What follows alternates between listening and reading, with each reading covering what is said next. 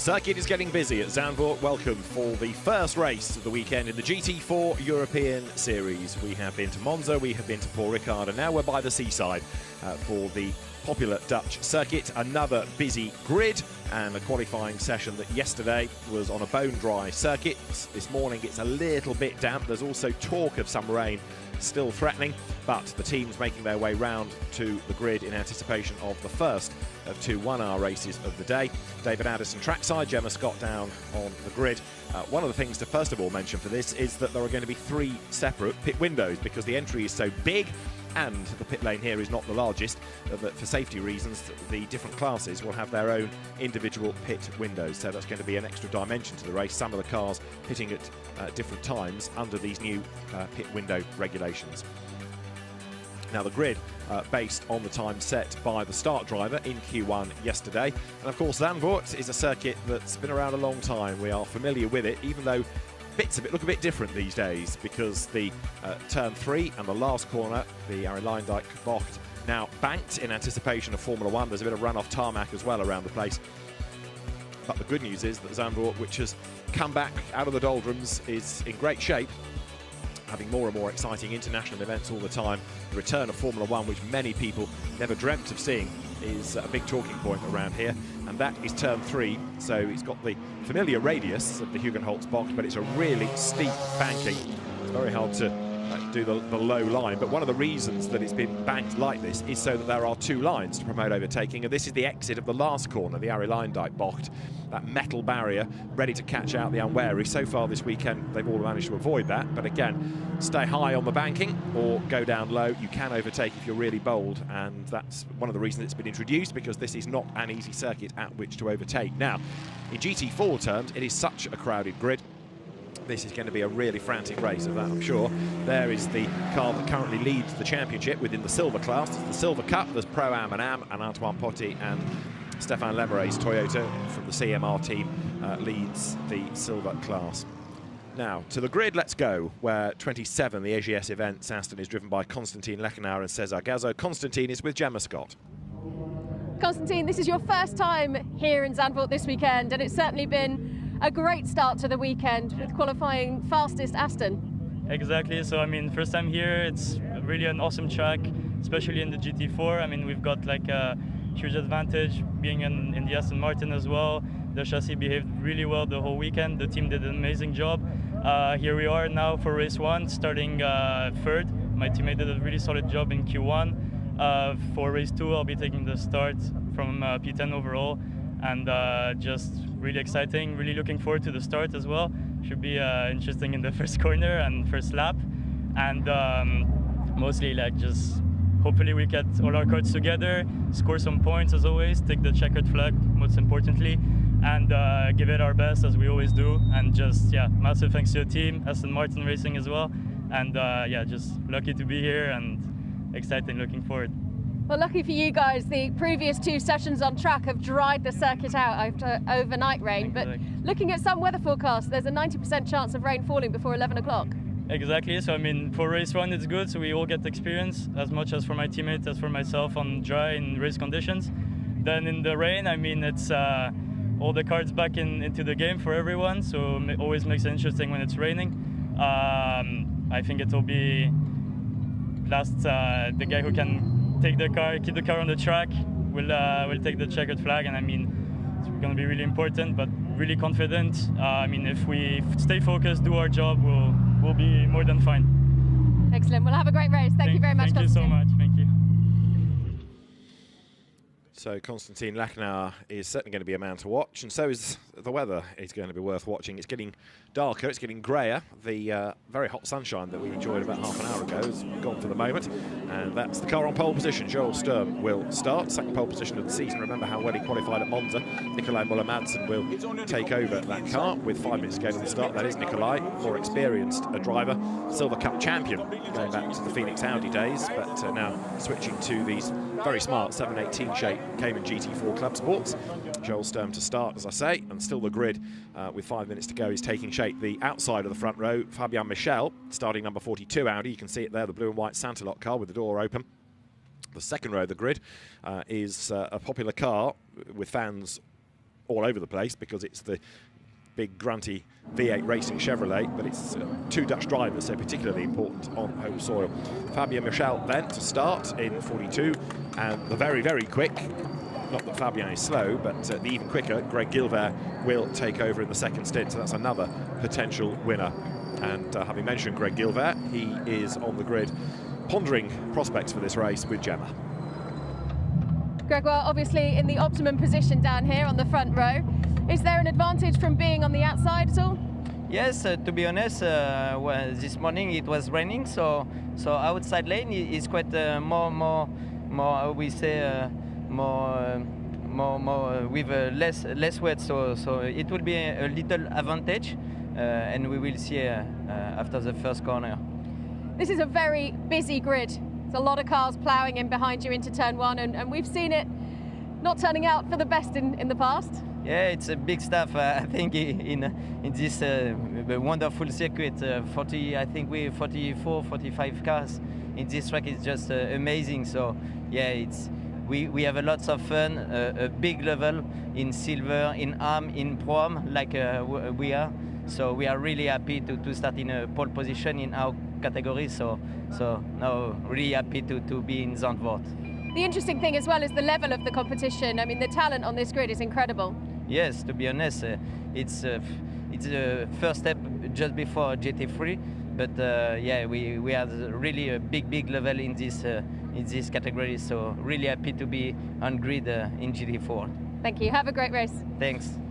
Greg Gilbert has an impressive CV, so you can anticipate, as I say, that when he gets behind the wheel of that car, it's going to be very, very quick indeed. Not that Fabien Michel is slow, don't misunderstand me, but Greg Gilbert, who has been a French GT4 regular, he has been a Clio Cup France, Carrera Cup France, pace setter, Peugeot champion, you name it.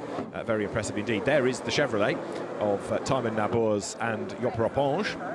They only started in GT4 last year, where the entry wasn't massive because of the COVID dramas, but for this year it's a much bigger grid, and on home soil the Chevrolet Camaro from the V8 racing team qualifying third, and that car is going to be started by Timon Nabours. He's the man strapped into the car. Job Ropange in the meantime is stood ready to talk to Gemma. Job, this is a home race for you here in Zandvoort. It's a pretty special one. Yeah, it's very special. The weather was unpredictable. It turns out right for us for today, for now. So let's hope for the best. Good qualifying, hope we can stay for the spot and maybe move up a bit. But that's what we're gonna do here. Look, you're a local man, and looking behind us, the weather temperature has dropped a little bit. The clouds are darkening. Are we going to get some rain? I don't think so, and I don't hope so. But I can say it for sure. But I think the sun will come out. Okay, well, have a great race. Thank you very much. Thank you. So that is the local experts, the local answer, that we're going to have a dry race. Well, we'll see. As I say, you've got these three pit windows, the three classes, three great races within one to look forward to. There is the Constantin Lachenauer Cesar Gazzo Aston Martin. 1 minute to go. Everybody now to clear the grid. That, starting on the third row, is Ivan Jacoma's Porsche Cayman, the car from Century Porsche Ticino, which has had a win in Pro-Am this year, and the combination of Ivan Jacoma and Max Busnelli second within the Pro-Am Championship. And on the outside of that third row, Ruben Delsart and Tom Canning in the Aston Martin that comes from the Mirage Racing stable. So is it going to stay dry? Well, there's certainly more cloud than we had half an hour or so ago, but the road is dry. Fingers crossed that we can get through without dramas. It's going to be a rolling start, of course. The pit windows, for what they are, 23 to 30 minutes for the Silvers, 30 to 37 for the Pro-Am, but a longer 10-minute window rather than the 7 minutes for the AMs. And like I say, the whole premise behind this is to try to reduce the likelihood of everybody arriving in the pit lane all at the same time. Green flag is waved then. The car's released, ready for the start of the 5th race of the year in the GT4 European Series. Porsche and Audi on the front row of the grid.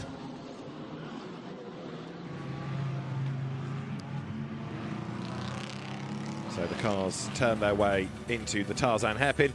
Joel Sturm and Fabien Michel share the front row of the grid. On the second row, you will find Timon Nabours and alongside him, Cesar Gazzo.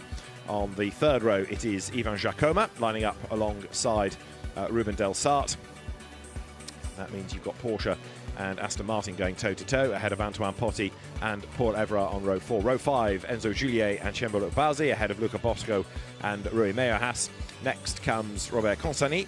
Robert Consani and Xavier Lloveras in Audi and Mercedes respectively, ahead of Loris Cabirou in the CMR Alpine, and Francesco Guerra for Trevelato on the outside of that 8th row. Row 9, Philippe Vavre starts alongside Nicolas Gomar. Row 10, Jean-Luc Daria and Bailey Voisin in the car that he shares with Charlie Fagg, double winners this year, and Charlie Fagg double winner here in 2017.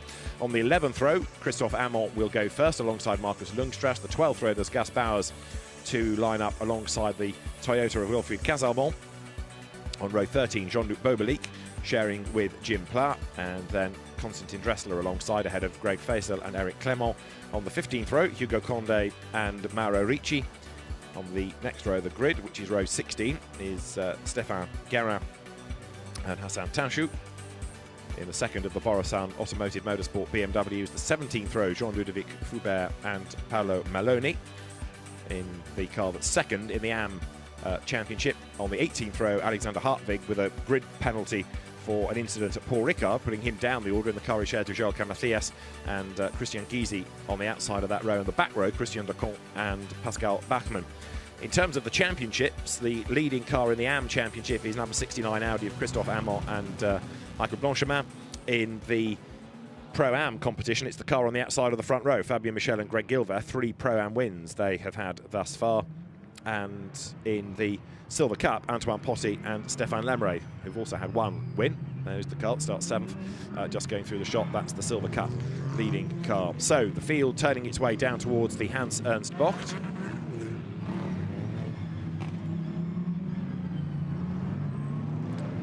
And the field now getting ready for the start of the race.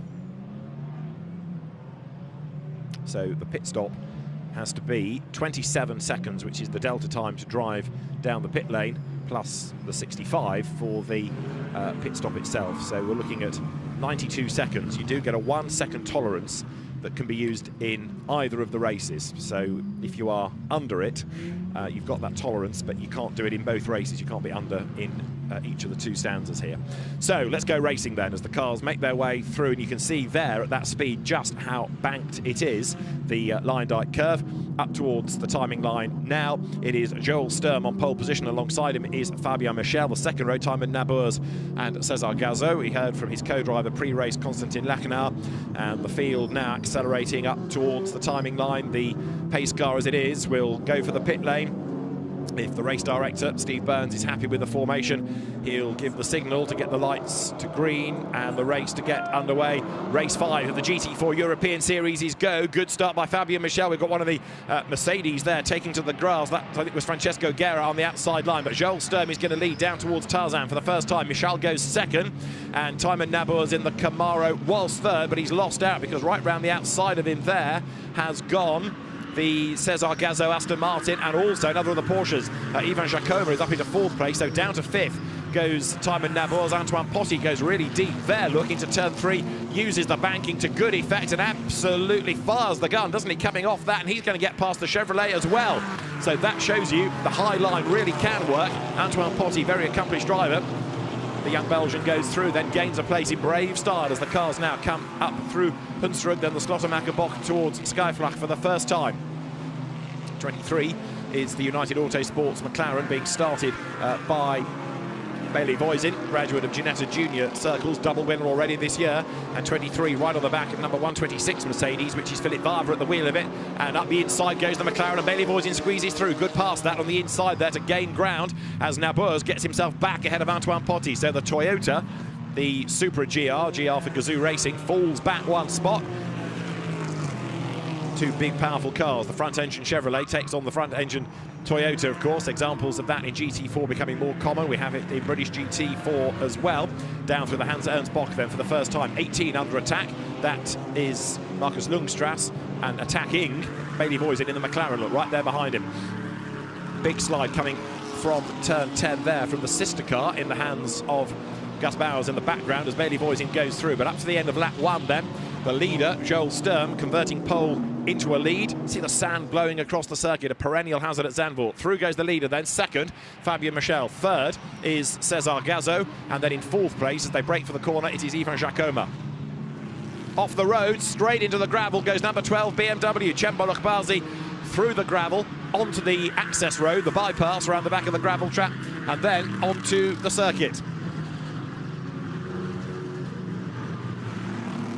So the cars now turn their way up through turn 3. You see there the variety of lines. As Jean-Luc Daria goes low in number 70. Does that work? Not necessarily, because they come off the corner 3 wide. Marcus Lundstrass there gets up, gets past him, and then goes after Rui Meyerhaus, number 14 now. It's just up the road ahead, and also on his toes out of all of that. You can see is the United Autosports McLaren. Bailey Voisin at the wheel of it, looking for another place as the cars file through Skyflach once more.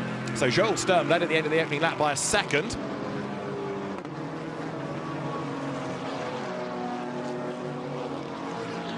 And a bold effort there from Voisin, and it works. Up the inside line, goes through, picks up a place then. So Bailey Voisin on a mission in 23, isn't he? The car seemed to be going okay in qualifying, but then fell away towards the end. But right now, it is absolutely sliding through the field. So he's gone ahead of Daria. He's also got ahead of Cembolo Akbazi after his trip through the gravel.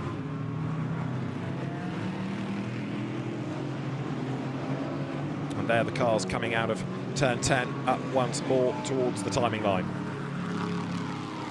They'll be through the Hans Ernst Bocht now towards Kumho, and then up towards the end of the lap off the line Dyke curve. Wide goes Daria, and that means that through on the inside goes the BMW then. So Cembolo Akbazi gains a place back, but Joel Sturm in the meantime is getting away.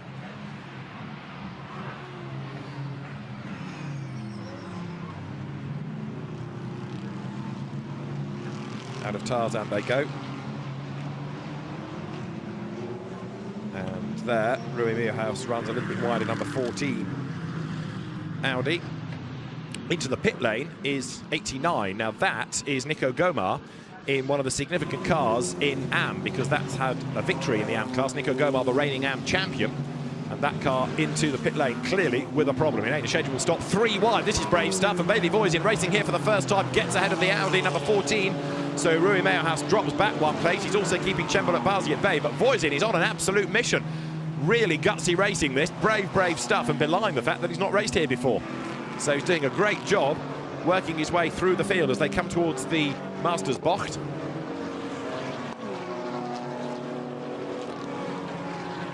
The BMW fights back up the inside of the Audi then. So Meyerhaus on the outside there. Look for turn 9 into 10 now on the inside line. Gets the place back, does he? You've also got Xavier Lloveras in the mix, number 15, the Paul Ricard winning Mercedes. Cembolo Akbazi trying to recover after his trip over the gravel at Tarzan, a lap or 2 back. Fascinating to see how the different cars work here. Some good through the corners, some good in a straight line. And there, riding the curb, is number 12 then, the Borusan Automotive BMW. Getting a replay here. Let's see who did what to which and to whom. Oh, serious contact. Gus Bowers, I think that was, being accosted by one of the Porsches. Which one was that? Number 20. So that's Konstantin Dressler.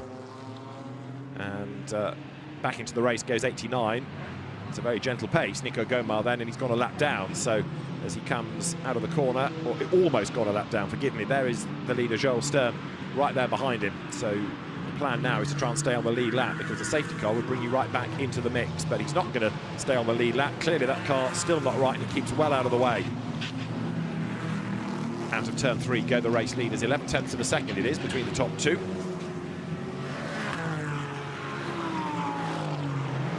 There the V8 Racing Chevrolet growls on. Now, Ivan Jacoma in number 718 has got himself a bit stuck behind Gomar, so all of a sudden, that queue of cars for 4th is building. So you've got Jacoma in the Porsche, Nabours in the Chevrolet, and then Antoine Potti up behind him, and they get clear of the traffic now, but can the Porsche get away?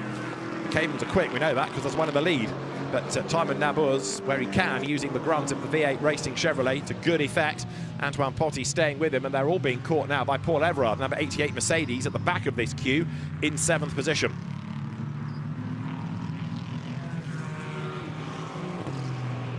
So Jacoma sharing this year with Max Busnelli, and they are second in the Pro-Am Championship after a race win earlier on in the season. That car heads this queue. There's the Alpine for the opening stint. Loris Cabirou, which went well at Ricard, and in the gravel is Jean-Ludovic Foubert, and that, I fear, is not going to come out easily. Where's he dropped it? It's coming out of the Masters box, isn't it? From turn 8 to turn 9, and that is a yellow in sector 2, and I rather fear it's going to be an interruption in a moment. The leaders come over the line, so Joel Sturm it is that still has the advantage. Through in second spot goes Fabien Michel, so class leaders both, because that's silver ahead of Pro-Am.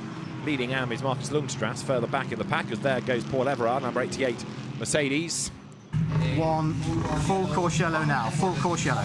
And a full course yellow call for you. Hear the voice of the race director Steve Burns. That Mercedes got there with an element of an assist. Hassan Tansu's BMW was caught up in it. Now whether he had nowhere to go or there was contact that triggered the spin, we couldn't see, but either way the BMW delayed as well, and we've gone full course yellow to try to get that car out of the gravel. So full course yellow means that we don't get the gaps down. They go at this delta speed. However, depending on the length of it, it might well be that we do need a safety car ready for the restart. So the field turns through. There's the leader, Joel Sturm, and his advantage last time had come down a little, just under a second from being just over a second 2 laps ago, but that's the leading car. And remember that ideally, for all concerned, this will be tidied up before we get to that pit window, or the 3 pit windows, 1 per class, different times. Second place is the Pro-Am leader, Fabien Michel, in the Santalok Audi. Santalok, one of the many busy teams here, with cars in GT3, GT4, and CMR, likewise, but running different cars in this, Alpine as well as Toyota. Ignore the fact it says Konstantin Lechenauer. It is not him, because we heard from him on the grid. It is Cesar Gazzo at the wheel of that car. And Cesar Gazzo runs in 3rd place at the moment. Their 4th is Ivan Jacoma, and 5th behind is Timon Nabours with Antoine Potti rounding out the top 6.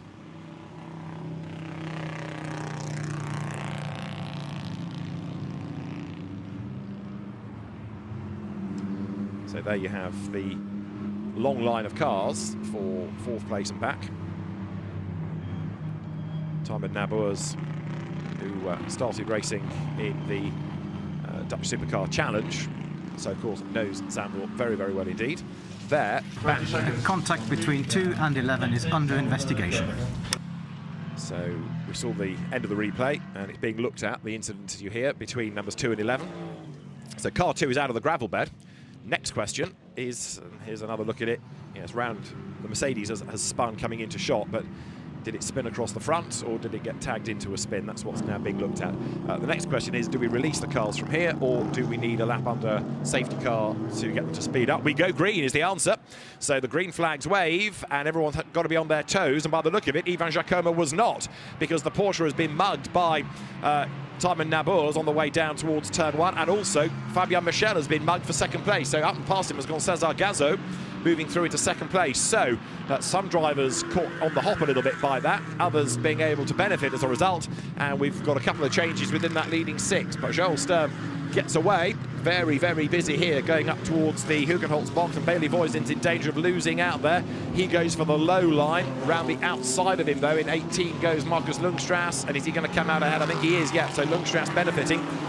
Ivan Jacoma now is under pressure from Antoine Potti. But the race leader trying to build that lead once more. Joel Sturm up front then. The cars dive down through Skyflach, and this is the fight between Porsche and Toyota. And then look behind, Aston Martin. So Ruben Del Sart in 8th place, and then in 9th behind is Enzo Juliet with his Mercedes. So it's another great little scrap, even though Ivan Jacoma is battling with people that he was not expecting to be, having lost that place on the restart. So the cars turn through.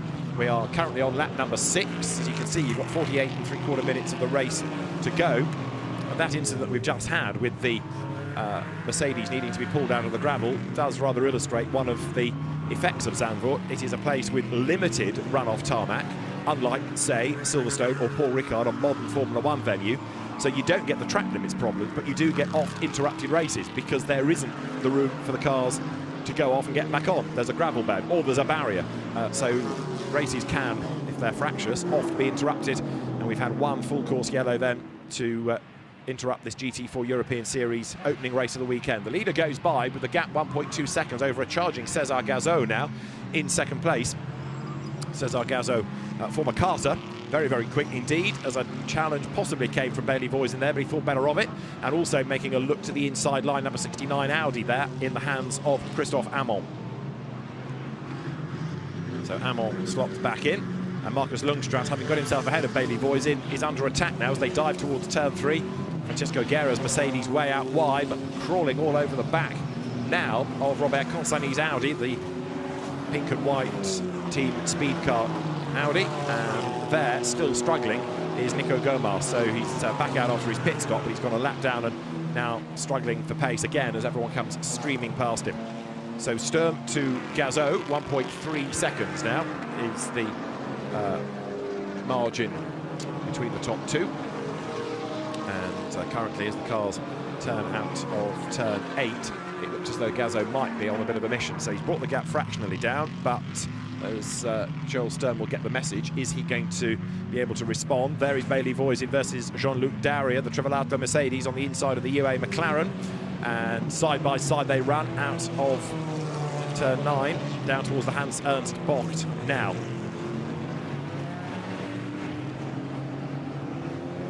McLaren stays ahead of Mercedes then.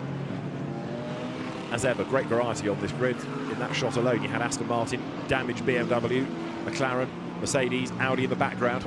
Porsche leads the way. There are lots of warnings heading in the direction of Philipp Barber for not respecting track limits in 126 Mercedes, but the leaders go over the line with 7 laps in the book in 11/10 of a second between Sturm and Gazot now. There you can see just up against the pit wall the black and white driving standards flag for Philipp Barber. Bailey Voisin having fended off the challenge there of Jean-Luc Daria, who had a spin into the gravel to bring to an early end Q1 yesterday. Bailey Voisin getting away now. So there is Daria for the Trivelato Racing by the Orba Corsa team. That's the car that he shares with Jamie Caroline, F4 champion of the UK, and he'll take it over into the second stint, and of course with the start driver in race 2. Voisin's McLaren then presses on, chip its way up the order. Number 34, the Sellerslach Mercedes out of Skyflat. That is Luigi Bosco at the wheel of it. And in turn, he is being given a hard time by Loris Cabiru in the little Alpine. There's something about the Alpine that always looks quick. It always looks like there's a lot of energy going through it. And there is right now because it gains a place. Cabiru up the inside, goes 10th. Good past that as the cars came through turn 9. Around 10 now as you look at Ruben Delsart, another UK Ginetta Junior graduate on the back of Antoine Potti with a big flash of the lights there. So Ruben Delsart presses on. He's down Rafael Real Delsart, Formula 1st, Formula 3 racer in the UK back in the late 80s. But up front, Joel Sturm continues to lead the way. César Gazot second. Fabien Machel, although he lost that place overall, still leads in Pro-Am. So yes, it has cost him a place outright, but the class lead is still there. Fastest lap of the race, by the way, has gone the way of the Chevrolet Camaro, Timon Nabours, who is in 4th place, trying to get himself back into the equation now, and he has done a 1:44.8. And it was 43.5 in the dry yesterday in qualifying. There is Nabours. Of course, the car's heavier, they're fueled for an hour race, but the V8 Racing Chevrolet, one to watch as we cycle through the hour. So last time around, the lead gap down to just 9/10 of a second now. Joel Sturm still leads the way, but the gap being chipped away at by César Gazot. Gazot for AGS Events in second place with the Aston Martin. And then for third at the moment, Fabien Machel hanging on to his class lead. The second of the Pro-Am cars is 718 Porsche. Of there, just going through the top of the shot, Ivan Jacoma. Comes interview with Potti, Delsart, and then Juliet tucked up behind him. After its trip through the gravel, Jean-Ludovic Foubert's Mercedes has got as far as the pit lane. And right now, Robert Consani is coming under attack because he has got the Aston Martin and Marcus Lundstras bearing down on him. There is Michal running third. Now, is Nabours getting closer? Yes, he is. He's taken a couple of tenths out within the first sector of the lap, so the gap 3rd to 4th is coming down, but still a class lead. That's the important thing here for the Santalot drivers. Fabien Machel keeping the car in the mix in terms of the overall place, but keeping the lead, more importantly, of Pro-Am. And the leading Am at the moment, 13th overall. There he is, Marcus Lundstrass. Comes up through the Hans Ernst Bocht, up now towards turn 11. So you've got the car in the hands of Lundstrass, the Hella Pudged Racing 1 car, bearing down on Robert Consani in the Audi just up ahead of him.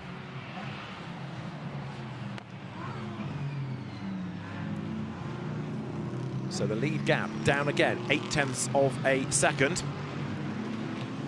Consani brakes late, the cars squirm under braking, look down towards Tarzan. The first of the stops could come for the Silvers. Their window is between 23 and 30 minutes, so the Silver Cup cars we can start to look for first in terms of the pit window opening. Francesco Guerra doing a good job, number 90 Mercedes, as they're up the banking goes Lundstrass. Brilliant shot there to see the different lines and the effect it has on the cars. And does Lundstrass get the better of it? He does. Powers off the banking and gains the place going through Hunsrud. Cembol Bazi in the battered BMW gets up the inside of Guerra going into Skyflach. That's brave, and he goes through. There wasn't much room, but the Turkish driver, Cembol Bazi, goes through on the inside and picks up the place. Brave, brave stuff. 14th he is now. So frustrated at his trip through the gravel early on, but Cembol Bazi progressing back up the order. The experienced GT4 and sim racer.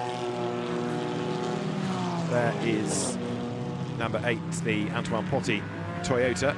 So 7th he runs, and we have a full course yellow being called for, and it'll be there in... Full course yellow in 10 seconds. There you go, 10 seconds. And counting. So we're going to go full course yellow for the second time.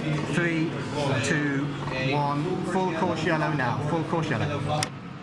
So our second full course yellow of the race. The voice you hear in the background is the race director, Steve Burns, who's telling us, but telling the teams as well, of the situation. So you get a 20-second warning. So you think, okay, safety car or full course yellow is coming. There you have the 10-second countdown so that everybody slows down. It's not a full course yellow now and suddenly everyone hits the brakes. There is this easing into it for safety reasons. So we'll try and piece together who it is and where it is, but the full course yellow call for the second time. And of course this is approaching our pit window, is it not? As the cars come through, we understand it is Gus Bowers, and he's okay, but the car is not, and that's at Skyflach, and that's a very fast corner, and that's a long way through the gravel. So the good news is that Gus Bowers is out of the car and okay, but I don't think that car is going much further today, I'm afraid to say. So I fear we're going to end up with a safety car because this will be a longish period. There are lots of cranes dotted around Zandvoort these days in order to lift cars, but GT4 doesn't have the lifting positions in the same way that a GT3 car does, so you've got to be a little bit more delicate with how you strap it up, and then the crane has to move it to a place of safety. There you can see them over at the exit of Skyflach, all ready to go.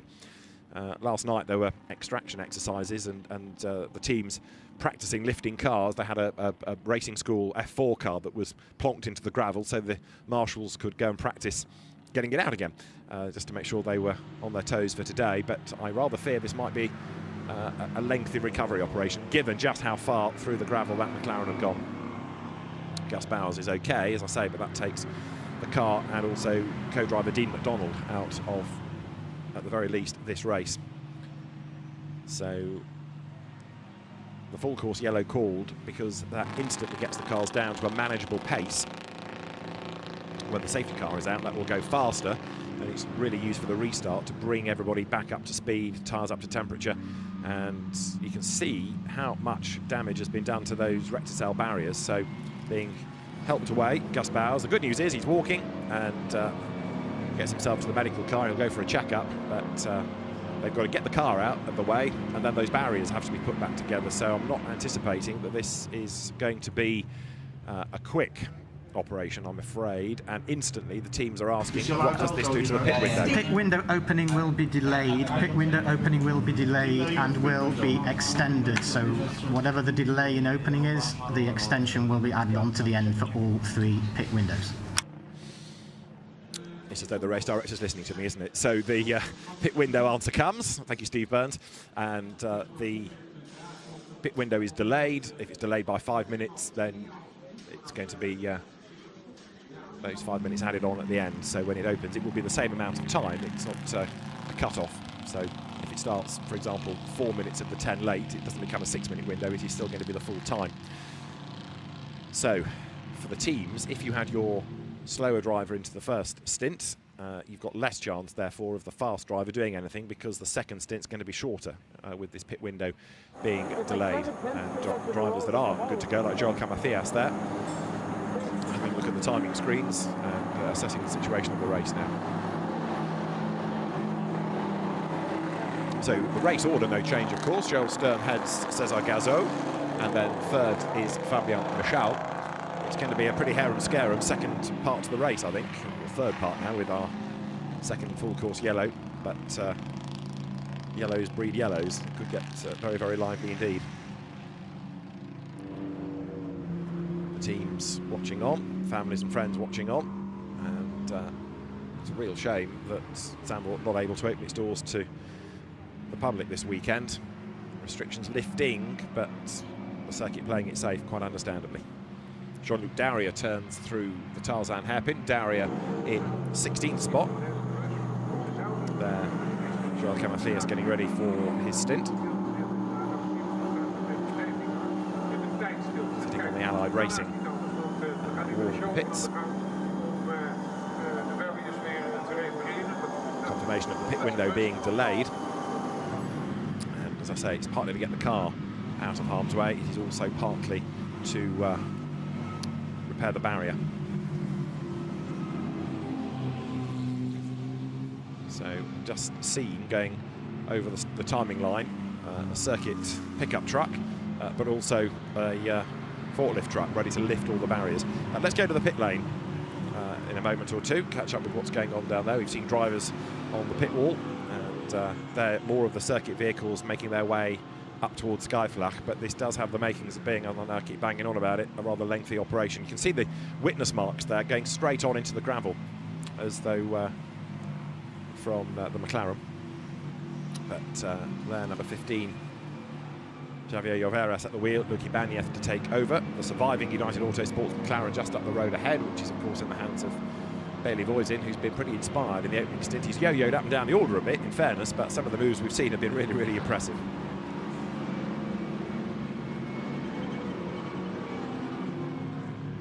Snatch vehicles out on track, but as I say, there is also a tractor come forklift truck out there now ready to lift the barriers back into place.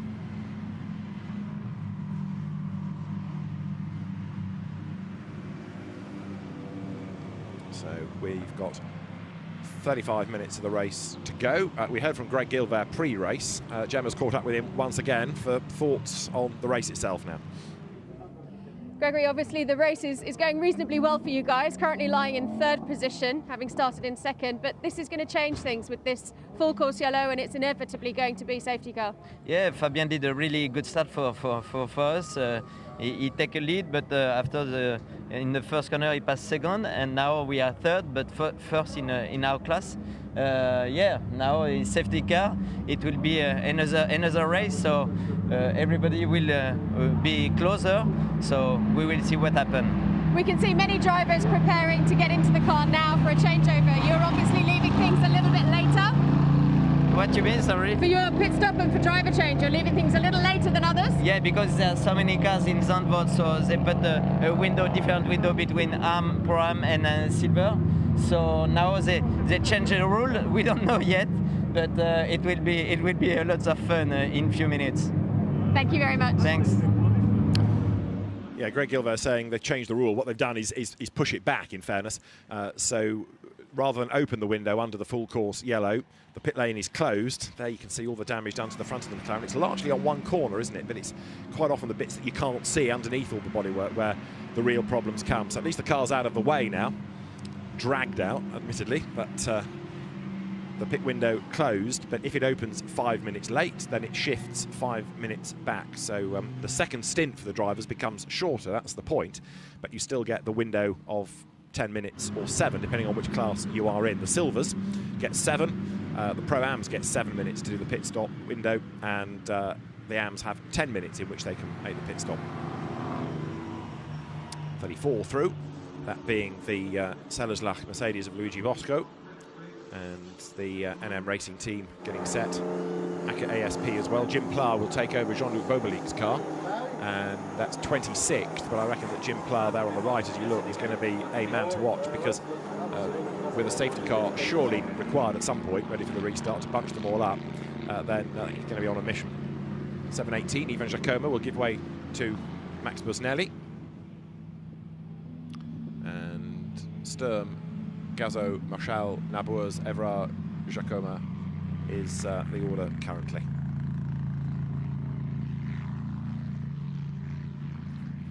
.718 turns through then. That is Ivan Giacomo, who is currently down in 6th place. And in the dunes, those that are able to watch the action, watching the train of cars pouring through now, is Paul Everard, 5th in the Mercedes that he shares with Timothée Bouret. And Timo Nabours currently running 4th.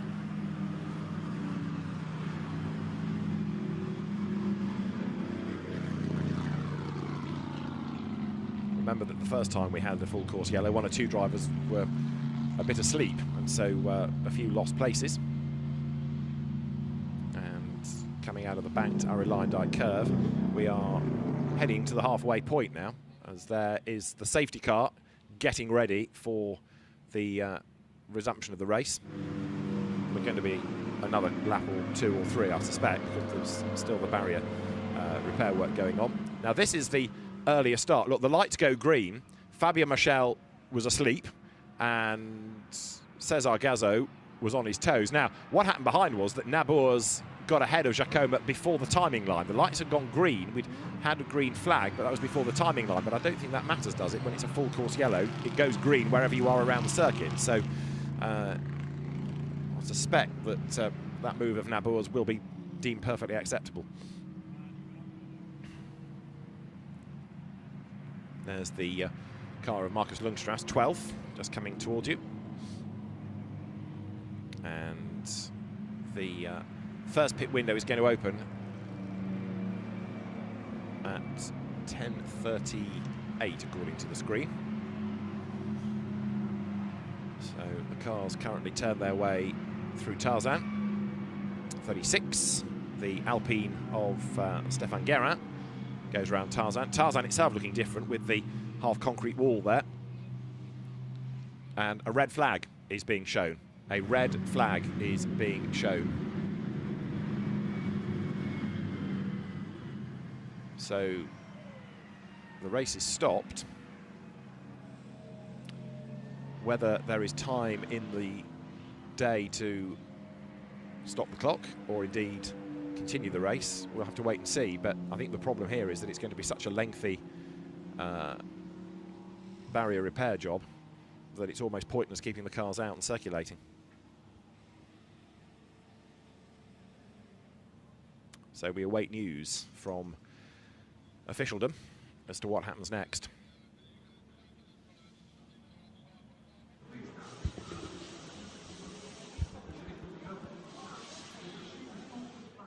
There is the scene on the pit straight.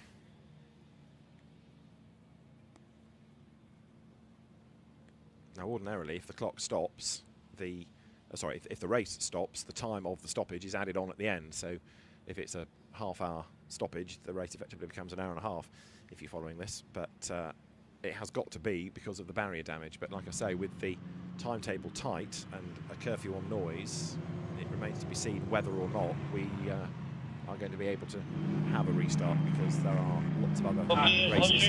Yeah, update on the barrier damage. This is going to take 30 minutes, so we are suspending the race. All cars to stop on the red flag line. Race suspended.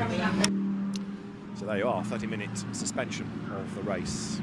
So it's not stopped, it is suspended. You pause, and then you carry on. And the point behind that is, if it's 30 minutes worth of repair work, we would have run out of time, pure and simple, to repair work done and get the race underway again. So there's no option for the race direction team other than to halt the race.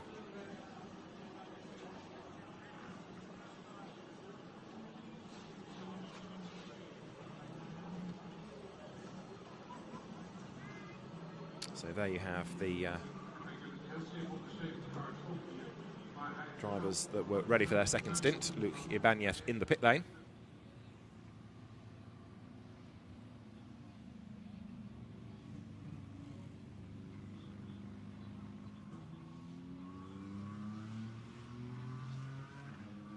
So the cars all stop on the grid, and now we wait with this barrier repair work to go on. But it was clearly a sizable impact from the McLaren. It's a very, very fast part of the circuit there. And drivers crash helmets off as they wait.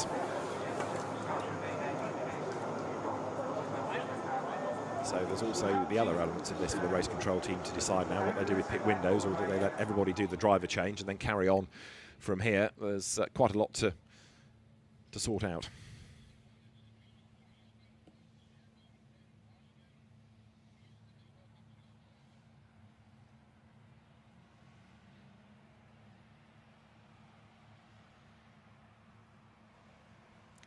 So the race order unchanged. Joel Sturm is the driver that is at the head of the queue. His co-driver Nikolai Moller-Madsen has just taken off his crash helmet and is all smiles at the moment as he thinks, well, I won't have much to do here. And lots of drivers making their way up the pit lane. Now let's just have a look at what had been going on in the race up to that point. Good start being made from the pole position by Joel Sturm to get the Porsche ahead. It was a good start also, though, by Fabien Michel, who did nose ahead on the outside, but Joel Sturm with the tighter line, brake later anyway, got up the inside and was able to go through. Turning his way out of the Tarzan hairpin, accelerating up towards turn 3, where inevitably there was that great variety of lines.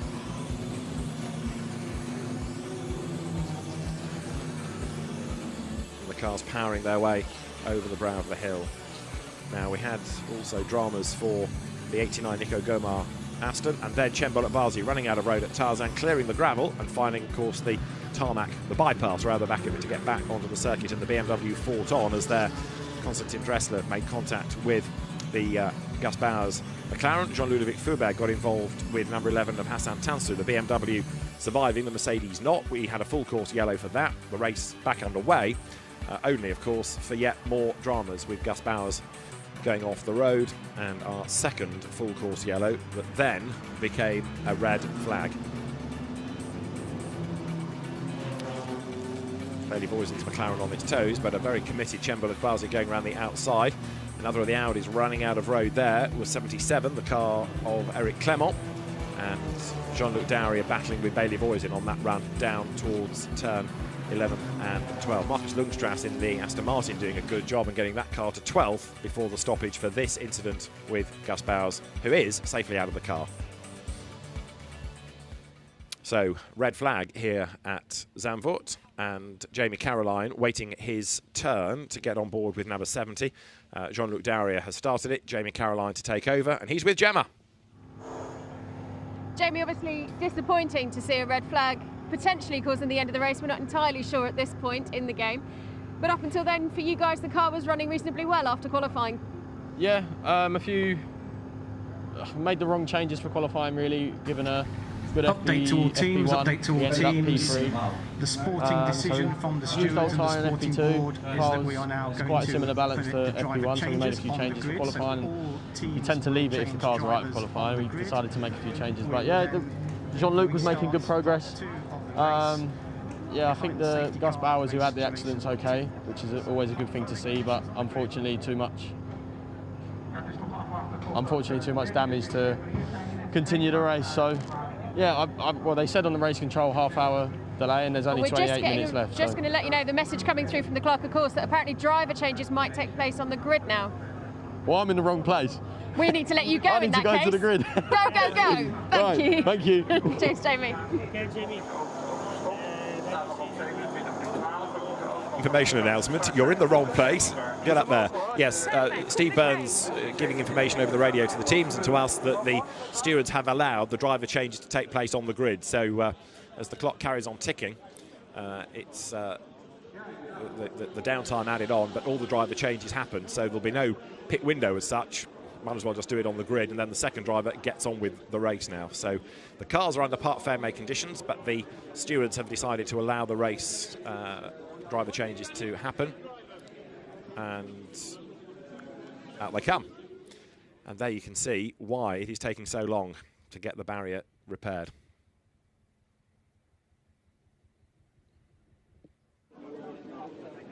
Drivers make their way now to the grid. It's like the start of Reservoir Dogs, isn't it? As they all stride purposefully to their cars down the grid, all in a line across the track. If only for some music. So the teams send an engineer out just to make sure they're strapped in okay. But we still await a restart time, and it will be a restart behind the safety car, of course. So the grid becomes very busy. Joel Sturm gives way to Nikolai Müller-Madsen, Cesar Gazzo to Konstantin Lachenauer, Fabien Michel to Greg Gilvert. With Timon Nabours to give way to Jock Raponge fourth, Paul Everard, Timothy Bure will take over fifth, and Max Busnelli takes Ivan Jacoma's sixth placed Porsche. As seems to be people coming from every direction. Grid swelling with people all the time, drivers trudging to their cars, or in some cases with boundless enthusiasm heading to their cars. But either way, it'll be a different driver on board everything for part two. There's a lot of staring going on here, but now I think the barriers have to be dragged into place by the tractor. So everything is attended to or attached. It does give you an idea of just how much force the Gus Bowers McLaren will have carried to go off the road there. That is Konstantin Lachenauer ready to get on board. Fabien Michel giving way to Greg Gilvert in number 42. And 22, Joel Sturm, race leader, gives way to Nikolai Müller-Madsen. Gemma is in Porsche land. Joel, obviously you've just got out the car. It's unusual to see the driver change take place on the grid like this, unusual circumstances. How much does this disrupt the momentum, because you were driving a sterling race there? I think it's not really destroying anything. We're just doing the driver change now, and I hope Nikolai can do the same job as I did. And now the race will restart behind the safety car? Yeah, I think so. That's the information I had. I don't know if it's going to be any changes from that, but that's what I know. Okay, thank you very much. But up until then, of course, your race was going very, very well. Yeah, I think it was a pretty good race, pretty good start. Would like to do some laps, but it is how it is. Okay, thank you, Joel. No problem. So Joel Sturm done for the day, or done for that race at least. There we have 88, which is the Paul Everard, Timothée Bure Mercedes.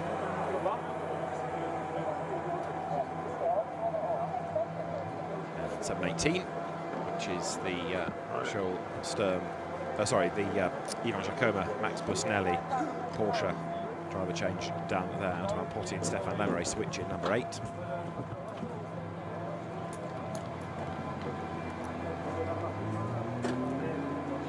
Driver strapped in, Stéphane Lemeray to do the second stint in that car, the CMR Toyota. Let's go back to the grid if we can. Timon Nabours has been behind the wheel of the 17 Chevrolet, and fresh out of the car, he now is with Gemma. Timo, obviously fresh out of the car now, driver changeover. Talk me through that part of your stint there. Yeah, the start was not very good from my side. I lost 3 places, I think.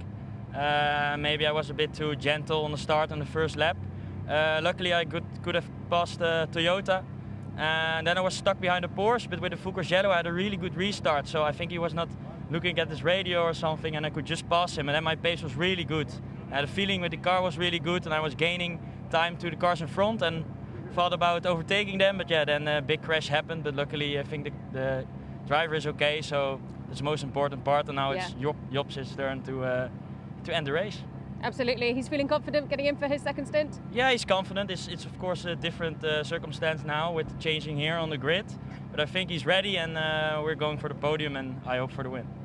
Thank you very much. Why don't we take a quick walk along the grid now if we can? There's some more drivers approaching me along this way who we can try and stop and grab and have a quick chat with. Of course, the cars are going to be cooling down. Can we just grab a quick chat with you guys, if that's all right? Come across here. Thank you. We'll just let you take your helmet off quickly. Keep the mask on, or the balaclava. Okay, take it off. I was going to keep it on as a mask. But this now is the opportunity where the cars are going to cool down a little bit. Once we get going again, the cars will have to obviously get some heat back into the tyres. How difficult is this next stint going to be? Yeah, it's going to be difficult because for me it's my first experiences. So I think my teammate will do the best.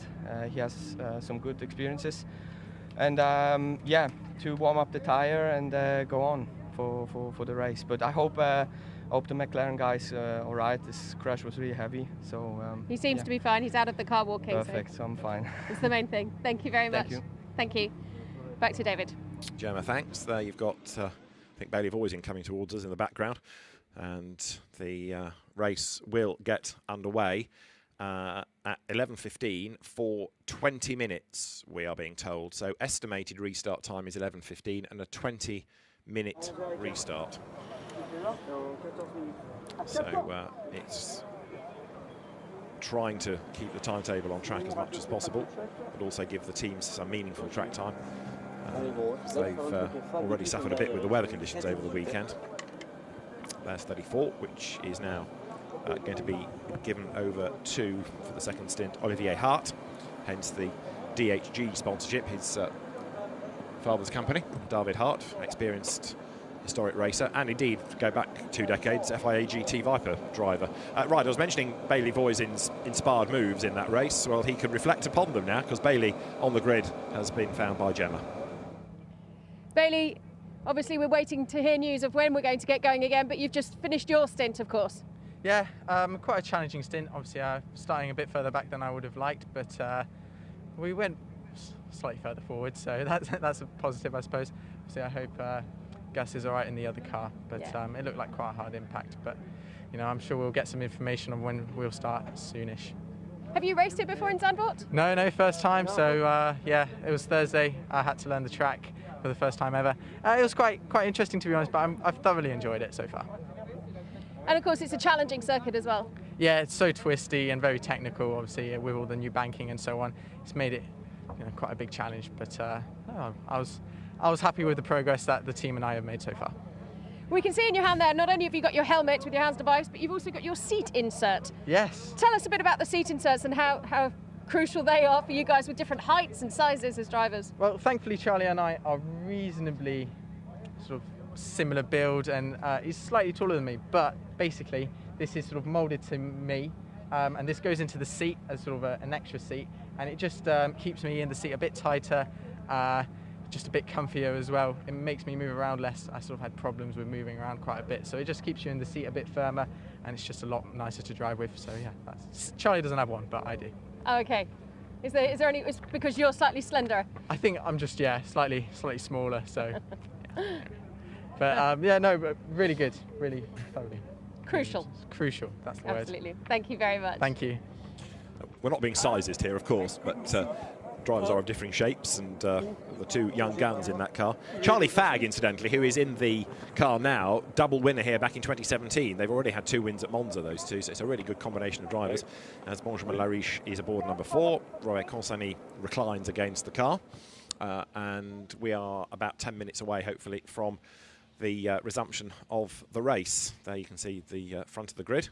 Drivers now making their way from the grid back to the pit lane if they've done from their driving duties in race 1. Things are looking a bit more optimistic over at Skyflach. They're not necessarily looking optimistic for United Autosport's chances for race 2 in number 32 McLaren, but let's see what they can do to try to make that car good for the end of the day.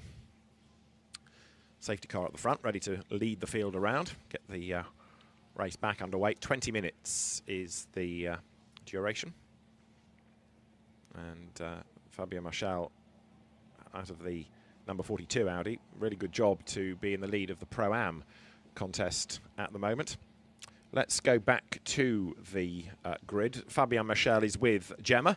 and we'll hear this in Fabien's native tongue. Gemma's going to do her translation for us afterwards. Là, je comprends même rien du tout, là.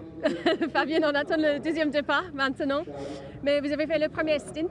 C'est bien passé? Oui, bah, écoutez, on a profité de la bonne qualification en première ligne, le champ découvert devant, donc on a pu mettre le rythme et garder le contact avec les leaders. On maintient la première position de la catégorie, c'est le principal pour le championnat.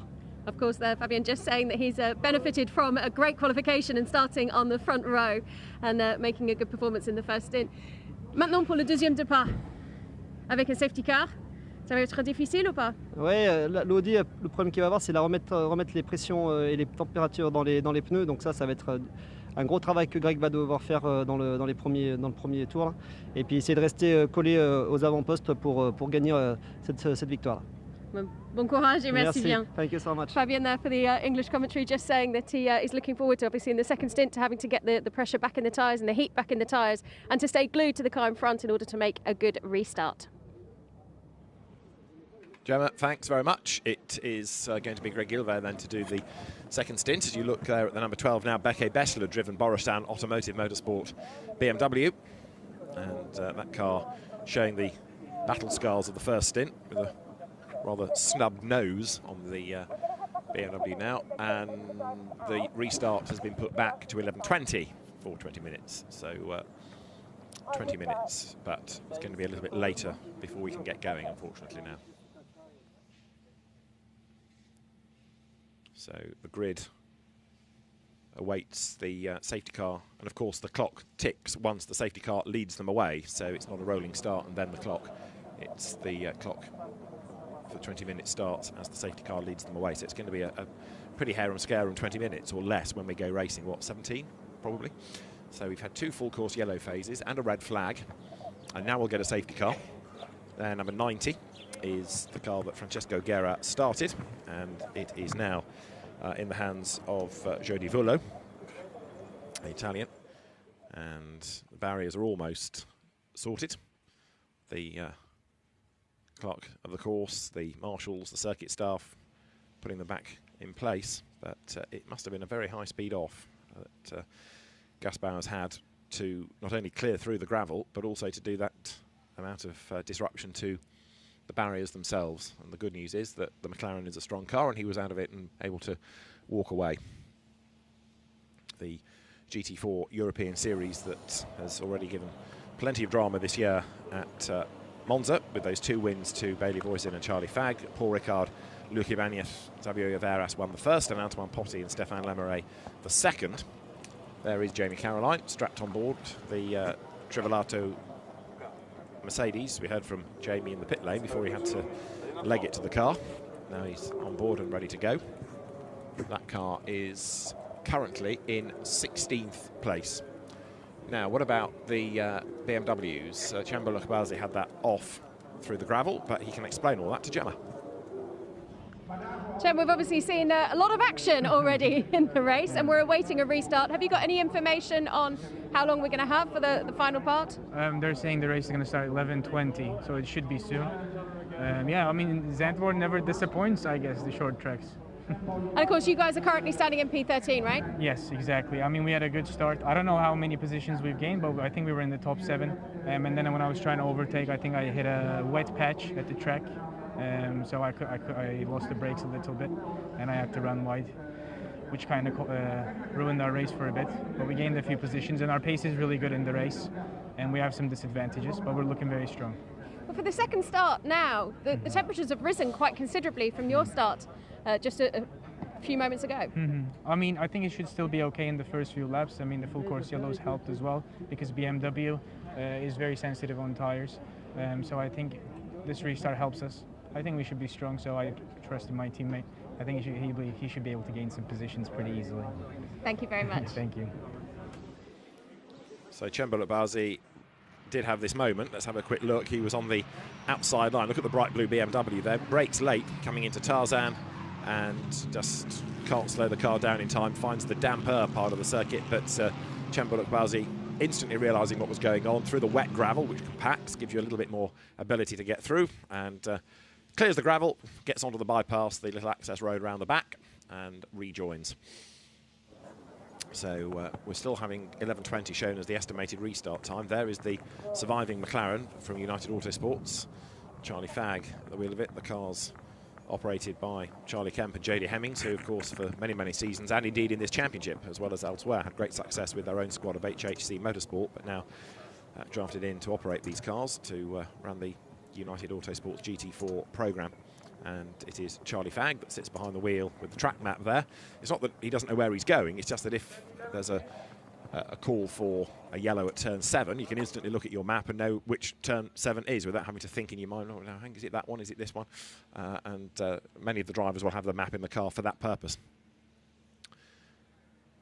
Let us head back to the grid.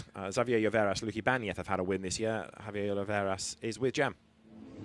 Xavier, you've just got out of the car, as it is, and talk me through that first part of the race from your point of view.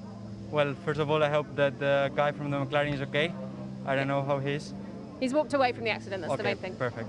Yeah, it was really hard. This track is really difficult, really tight, really narrow, and yeah. I tried to be cautious, and yes, and also I didn't have a lot of traction, overheated the tires, and just started to lose places. I hope now everything cools down and you can manage to recover a little bit. Have you raced here before? Yeah, I raced in 2015 in Formula 4, yeah. But it's a bit of time between now and then, and the track has been modified quite considerably. Yeah, exactly. You enjoy the new modifications? Yeah, it's really nice, yeah. But still, we're lacking a little bit of speed, but yesterday we were good on qualifying, despite they didn't put a really good lap together. And yeah, starting in the middle of the pack is really difficult. Thank you very much. Yeah. So Xavier Lloveras is standing by to watch his co-driver. We've had a change of tyre permitted for Alexander Hartwig's Porsche. Got a puncture that's been discovered on the grid. So Alexander Hartwig gives way to Joelka Mathias, and it will have a punctured tyre changed, permission given from the stewards. So there is the scene at Skyflach, which is looking better. Are we now going to have a replacement block at the foot of the recticel where that car hit? Let's see what the officials decide. It's an indication, isn't it? If a GT4 McLaren can do that by going off there, imagine what happens if a Formula 1 car has a moment at Skyflach. It's going to be a very spectacular Grand Prix, isn't it? Some high-speed sections of this circuit, limited runoff at parts, but all the drivers enjoy this place because it is, as they keep using the phrase, an old-school circuit, real driver's track. You heard from Xavier Lloveras, that's his car, with Yuki Banyeth at the wheel of it.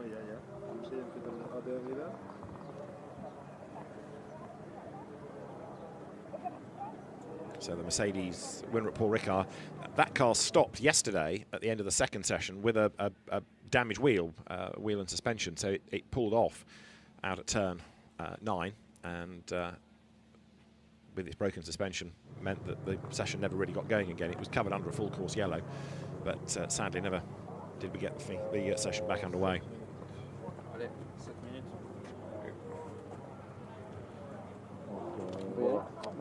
Clem Zeiler will take over number 14 from Rui Meohas and gets on board the car, because we're approaching 11:20, which is the estimated restart time. We've not been told it's confirmed, but we've not been told it's going to change.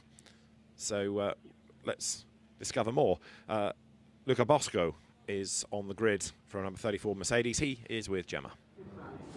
Luca, we'll just let you put your mask on quickly there, but obviously a disruption in the race. Slightly difficult for the mindset, perhaps, when you're restarting as a driver? The restart was pretty good. After there was a big crash, I hope the driver is okay now. And we're a pitcher in class, and we'll try to make our best to get on the podium today. And we'll see how the race is coming now. And your first part of the race there, your stint, you felt good about that? You were happy with your performance? Yeah, really happy about the performance. I catch up in my start, in the restart also. I did a good job, so I'm happy about what I did. I did my job, and now my teammate is going to do the rest of the course. Excellent. Well, thank you very much. Thank you very much. The 11:20 start time has been confirmed, so the race will get back underway at 11:20. That's 5 minutes and counting away. So now everybody gets on board the cars, including there you can see Rafael Villanueva for the NM Racing team. He takes over from Philip Vava, and that car currently 20th. So Rafael Villanueva on board, the Clio Cup Spain champion from 2015. And he's also raced in Formula 4 single-seaters in the UAE and in karts prior to that. So, track staff done. And as soon as all those course cars are clear, then we'll be good to go. So it's going to be a safety car restart. So they leave the line, the clock ticks. The team there in consultation with race control, passing on the news. There's the banked turn 3. Track temperature going up as we approach 11:30. Not far off it now. Local time, 23.4 degrees. Pretty humid here. And there is the exit of the Skyflach right-hander with those cranes looming over the circuit. And we had yesterday in the sunshine cars passing underneath those cranes hanging down, and it looks like the wipers are on. They're sort of you get a shadow of it flicking across the screen like it's the windscreen wiper. So as the drivers then for stint 2 are strapped on board, and we'll be getting underway very shortly. So the teams can do very little now. It's just a case of making sure that the cars are reliable as best they can be. There is the patch. Konstantin Dressler is out of his Porsche and his work done, ready to talk to Gemma down in the pit lane. We've just had confirmation that the race will restart in just under 5 minutes' time. That restart's going to be crucial, isn't it? Absolutely crucial now. With so little time left on the clock, now we have to push directly. It's all about all or nothing in the first few laps because it's very difficult to overtake here offline, and that's why the restart is so important now. Of course, the track has had time to fully dry out now, I imagine, because earlier on I know during that first stint there were still some wet patches. Absolutely. There's no more wet patches now, but on the other side there's a lot of sand next to the track. So overtaking offline is significantly hard, and we really need to try to keep the car on the track. You talk about the sand there, and that's something we've seen a lot throughout the weekend, especially with the wind whipping up as it has on occasions. Absolutely. So like I said, we have to let the car stay on the track. There's a very hard chance only to pass on the outside if you're on the outside.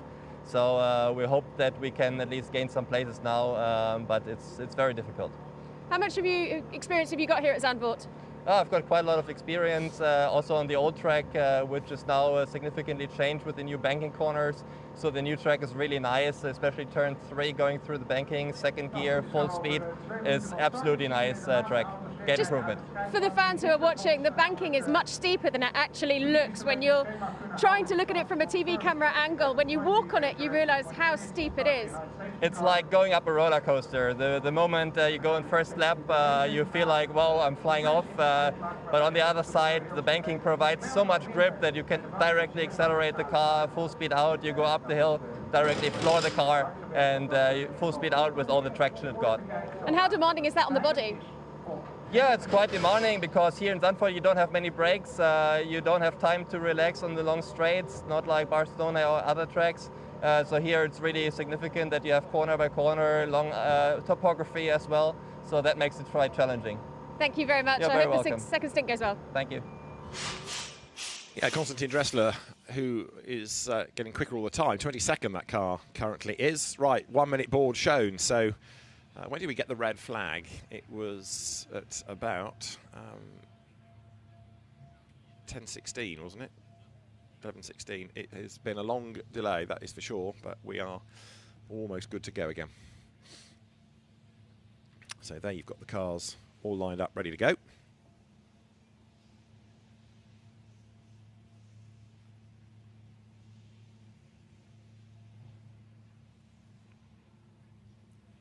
The lights flash. And as soon as the race director is happy, there you'll have the countdown completed, 15 seconds to go, and then 20 minutes of the race will get underway. Not 20 racing minutes, because the clock will tick as soon as the safety car leaves the line. Or it should do, yes it does. So the race is on. safety car restart 20 minutes.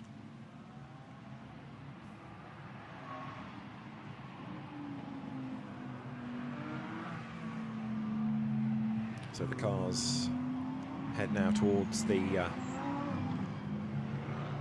right-hander of Tarzan.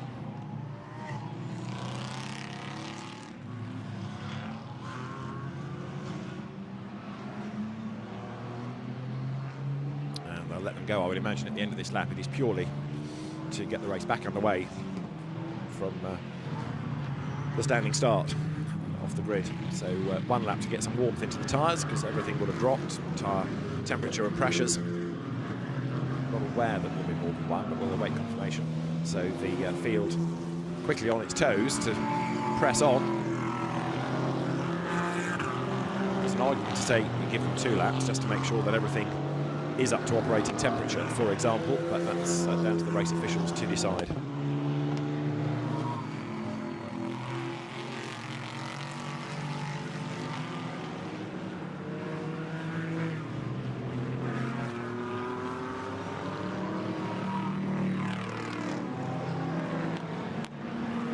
Through turn 8 they turn. There is then Nikolai Moller-Madsen, the race leader. Konstantin Lechnauer is behind him. So Moller-Madsen had a really duff qualifying for his stint, if you like, for race 2. In other words, the race he would start, because he went out late, aimed to do the lap late in the session, but then got thwarted by the full course yellow. So the car starts way, way back on the grid. So this could be their golden, their only chance of a decent result out of the weekend. So the former Silver Cup champion will be on his toes, I'm sure, making absolutely certain not to make any errors here as the cars now turn through the 11-12 sequence down at the Hans-Ernst Bocht.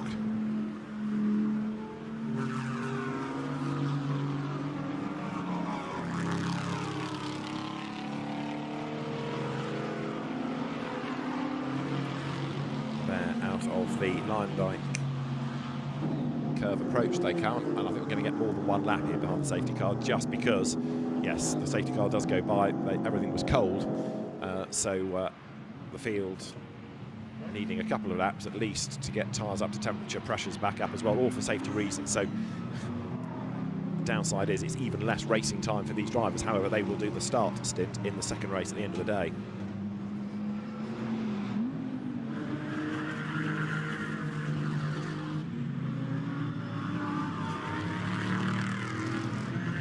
Turn. There is Simon Nabours. Now Jock Repange at the wheel of the V8 Racing Chevrolet.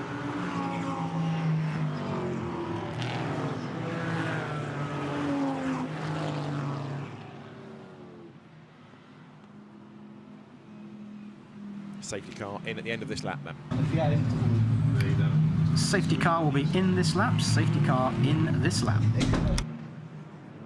So the race director, Steve Burns, has had a busy hour and a half of it, what with judicials, what with interruptions, what with barriers, and orchestrating the resumption of the race. So the cars are going to have about 15 minutes, aren't they, when the safety car peels in. Are they going to bunch up? The safety car starts to slow the pace to give the stragglers a chance at any rate, and then we'll be good to go then as they field accelerates out of turn number 9 and turn number 10 down towards 11 and 12, the Hans-Ernst Bocht. Nikolai Moller-Madsen then getting the warmth into the tyres, like many. He was a man that was the Nürburgring 24 hours for its GT4 cars, played a significant part at the start of the month. Goes now down through the turn 11-12 Hans-Ernst Bocht section of the circuit. It's one name, but for FIA purposes it's got 2 corner numbers. And there the field all bunched up then, ready for the restart. Jock Repange in the Chevrolet ready to go, but Nikolai Moller-Madsen knows what he's doing in race restarts. He's done plenty of them. Now, dare I say, safety cars breed safety cars. They're all bunched up. There's only 15 minutes of the race to go. There's a lot on the line here. We go racing then, with just over a quarter of an hour to go. We're in business. Greg Gilbert third behind Konstantin Lechnauer. Nikolai Moller-Madsen leads the way as they dive down towards Tarzan then for the first time in stint 2. and lots of people being very, very committed, like Jamie Caroline there. Look at the silver Mercedes, who gets up the inside of Henrik Pedersen in the Aston, who's not one of the quicker drivers anyway, so Pedersen is being mugged from all sides. Charlie Fagg gets up and past as well. Look in the McLaren there, the number 23 United Autosports entry, and Henrik Pedersen now comes under attack from Luc Ibanez, that goes right round the outside in the Mercedes up the banking.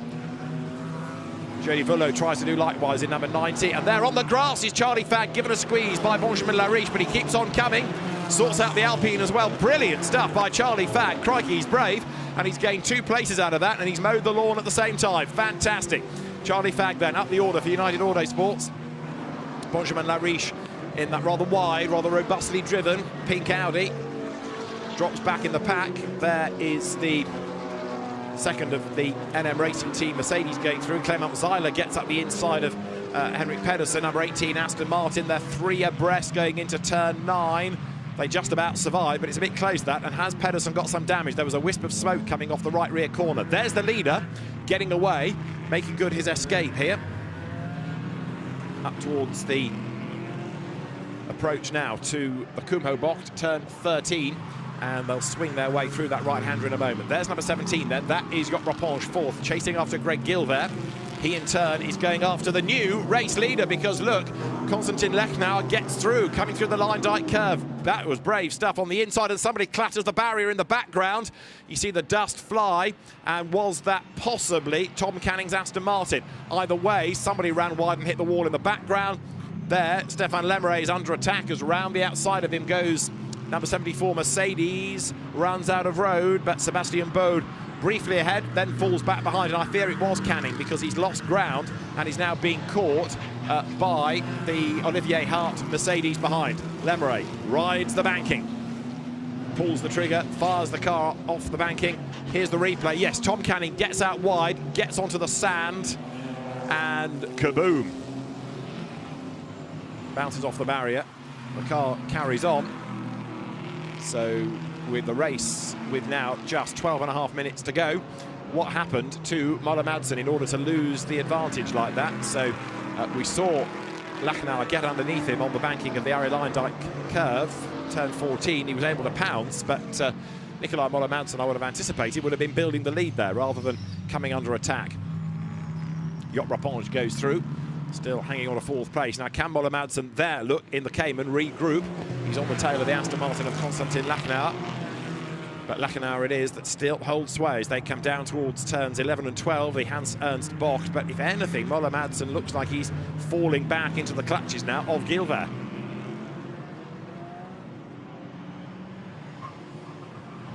There is 27. So Lechnauer comes out of the Kumho box. Suddenly the road tilts you over. But he's getting away. Moller Madsen second, under attack. Here comes Gilbert then as they get off turn 14, up towards the timing line with just over 11.5 minutes in the book. Through they turn now. To the outside line goes the Santalok Audi. Nicolai Moller Madsen tries to hold his ground on the inside line there. Together they run. And out wide also goes 88. That's now Timothée Bure.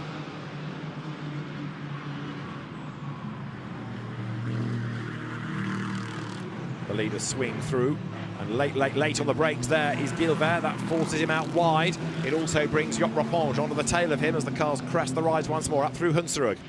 Charlie Fagg's heroics, by the way, have got him up into 12th place. There might be a bit more to come yet before the very end. But the race leader, 0.6 of a second to the good last time. This is turn 7, or Skyflak if you prefer. Jock Rapponge is the man on his toes, 4th in the Chevrolet, and Moller Madsen trying to benefit from that battle behind, delaying the 2 drivers and see if he can get onto terms with the leader once again. We've got Antonio Spavoni and Vincent Beltoire's Porsche and Alpine into the pit lane, so possibly contact has given them a drama that's brought them into the pits as the leaders battle on.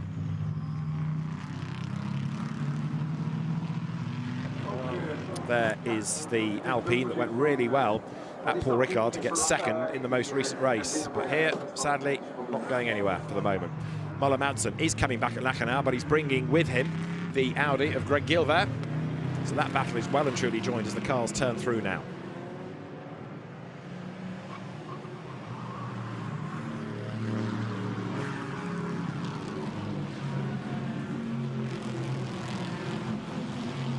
28 goes by. Now Timothée Bure dropping back a little bit, coming under attack from there. Look, Max Busnelli, and Busnelli is a man on a mission in the other Porsche. Look, he comes up on the outside line as they head past the pits, and he's got the job done. Brave, brave stuff. Max Busnelli goes through then, so the former Italian GT champion, another single-seater convert, goes through Tarzan. Timothée Bure falls back behind him. Timothée, an experienced GT as well as sports prototype racer, raced in the Inter Series, in the European Le Mans Series, and there, Greg Gilbert once more so deep into turn 3. It's a tricky corner, and it's worked, certainly, in terms of giving us drama in the races, that is for sure. So Busnelli through into 6th place now, into 5th place now, getting away if he can from Timothée Bure. There's a challenge in the background as Olivier Hart goes through on the inside line, and Jim Pla, number 87 of Mercedes, has done the fastest lap of the race. Now, he's in 19th place, is Jim Pla, still with work to do, but he's getting on with the programme here with 9 minutes to go. Curious as to why Stéphane Lemery is falling back in the Toyota, which you would anticipate to be a quick car, but he's fallen back, as you see in the battle here, as Busnelli tries to break away. Konstantin Lachenauer, though, on target seemingly for a win, which will be a great result for the AGS Events team. Nicolai Moller-Madsen there in 2nd place. Greg Gilbert right up behind him in 3rd. Gilbert, remember, leading in Pro-Am, so it's not just the overall situation that's of concern here, it's the 3 individual classes as they accelerate now up towards the Kumho Bocht once more.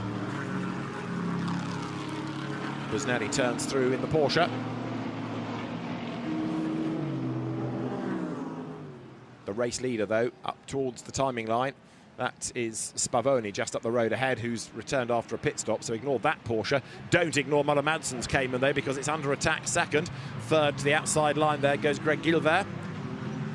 Turns his way through the hairpin in 4th place, Jop Rapponge. And then for 5th at the moment is Max Busnelli. Absolutely together, these 3, and it won't be long, surely, because they're holding each other up, but Busnelli is up with them. The widest of the 3 there was Rapponge in the Chevrolet, and Busnelli is charging on behind. Jim Pla's up to 17th. It's going to run out of time to get much further, I would have thought, but he's still pressing on. And Konstantin Lachenauer with over a second in hand now, building that gap all the time.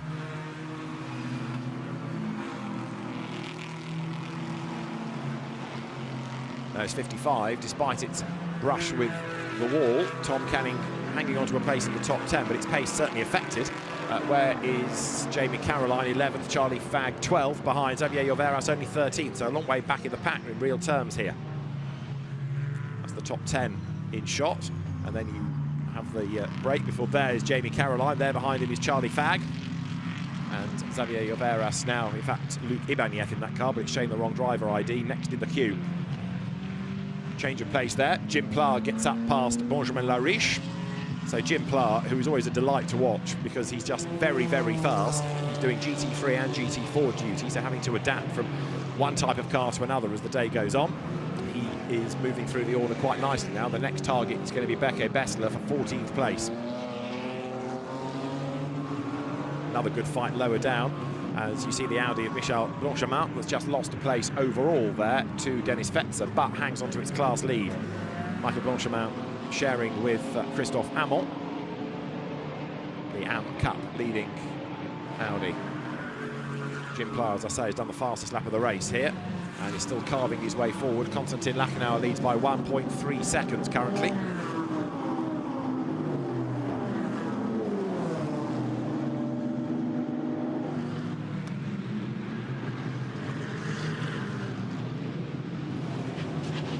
Big dive there as Max Busnelli goes through, but has he got a problem because he has fallen a long way back down the order all of a sudden, has he not? Because look, Busnelli has fallen back behind Ibanez, he's fallen back behind Charlie Fagg, so the Porsche has had a drama, and this is what happened. It's going down towards turn 1. So first of all, you've got Greg Gilbert through into 2nd place, and Busnelli just loops it.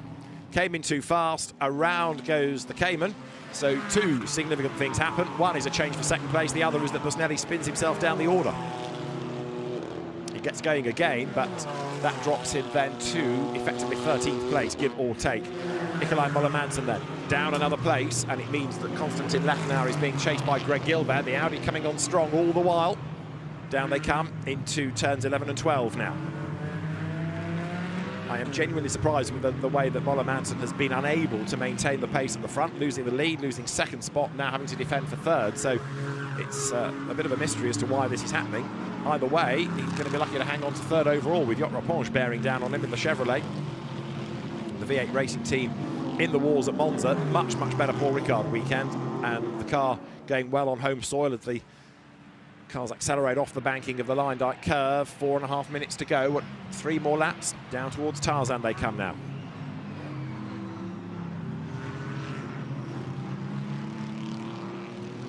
And that, I'm afraid, is going to be another interruption. 18 is off the road, Henrik Pedersen. He's got it wrong coming out of turn 9, and he's hit the barrier very hard indeed. So that is going to be another yellow flag, surely, and that's going to deprive us of the last few minutes of the race, I fear, because it's going to take more than 4 minutes to get that car off the road. So we go yellow in the second sector at turn 9, and with what, only 2 more laps to go at the end of this, I can't genuinely, if we do end up having the race pace slowed down, see it restarting. But let's see what the officials decide to do. Is the car on the racing line? Is it in a dangerous place? There is Yacht Raponge, the leader, of course. Konstantin Lachenauer is about to come across the incident zone for the first time. No, the good news is that Pedersen has got it out of the way, so yellow flags wave, and there, some slow more than others. So Spavoni in the Porsche slowed right down. That held up the leader. That gave Greg Gilver a chance to challenge, and Pedersen, by the look of it, did it all on his own. He just accelerated too quickly. Full course yellow in 10 seconds. Full course yellow in 10 seconds. And that, if anything, is to get the debris off the road, as there, Timothée Bure gets up the inside of the Chevrolet. Full course yellow now, full course yellow. So the full course yellow called for. Hopefully that is just so the debris can be swept off the road, and then we can get going again, but it's eating into what little time we had anyway.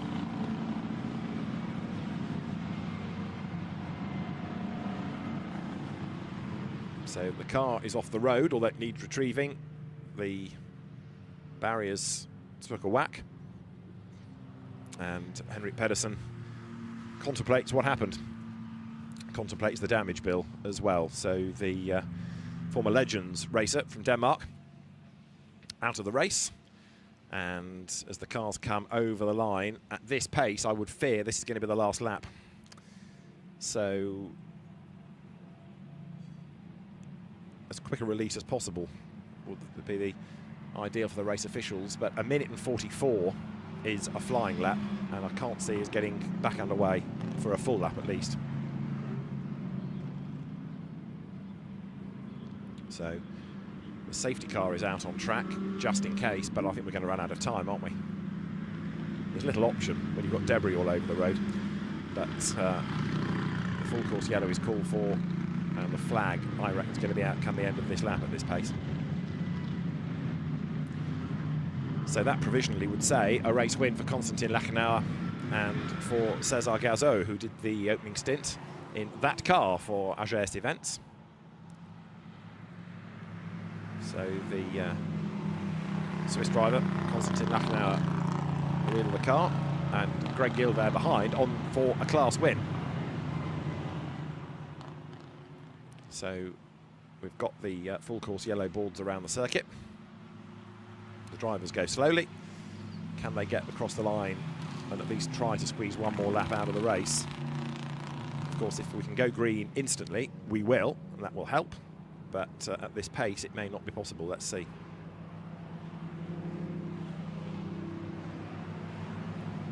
So there is, in 21st, Michael Blanchemin leading the AM Cup. Number 69. Safety car procedure now. Safety car procedure. So we go safety car, which will speed them up. But are we going to get a racing lap in? If we do a lap behind the safety car, that's not going to get a racing lap. And the clock actually could hit 0 even before it gets to the timing line anyway here. So the safety car now deployed to try to bring them up to speed, but the clock is going to be against it, isn't it? The checkered flag is in 11 seconds time, so it's all rather academic, I fear, now.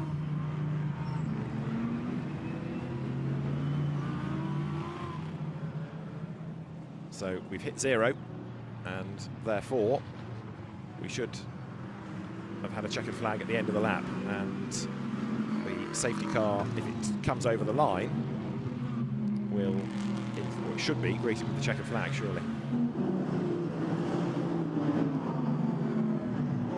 Safety car peels in, and there is the flag. So Constantin Lachenauer accelerates up towards the line and scores the race win, with in second place Greg Gilbert and Fabian Michel, and for third place Nikolai Moller-Madsen and Joel Sturm. That is one race I suspect that the race direction team will be very happy to have consigned to the bin now. Done that. Phew, thank heavens, because that had everything to test them, didn't it? And also for the timetable for the rest of the day.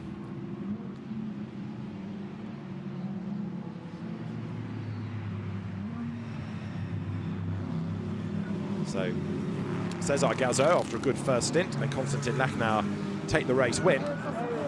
Was delighted at AGS events as Cesar Gazo takes a maiden GT4 win, and Nico Gomar celebrating for the team, even though his own chances rather evaporated early on, but jubilant scenes at the end of what's been a rather difficult race all round. That makes it all worthwhile.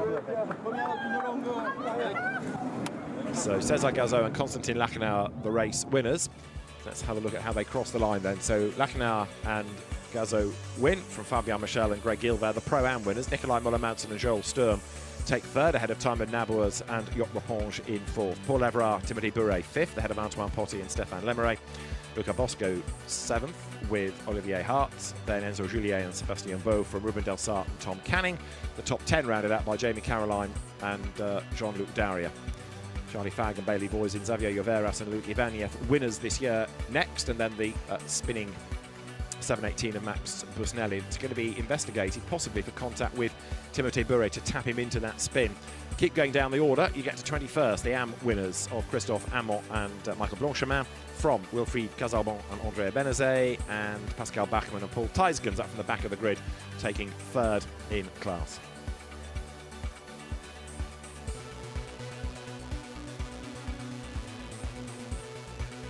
Confirmation of the two that we lost, the Alpine of CMR, the Vincent Beltoise Loris Cabirou entry, and Gus Bauer's Steve McDonald's McLaren Hors de Combat after its big accident over at Skyflag, which of course led to the red flag, led to the big delay in the middle of the race. So the cars turning their way back down the pit lane. We'll try and grab a word with the race winners, and then the drivers will make their way rapidly up to the podium in due course. There is the winning car, the Aston Martin. Constantin Lachenauer will be a very happy man, having spoken to Gemma on the grid. She has brought good luck to the team, so a very happy Cesar Gazo, who did that first stint, taking that maiden victory in GT4. Out of the car gets a very, very happy Constantin Lachenauer, and to be fair, he had to work for that because he pulled off the important pass to get the car into the lead. Didn't just inherit it, he did go and work hard. He pulled that move to get the race lead, so a job well done.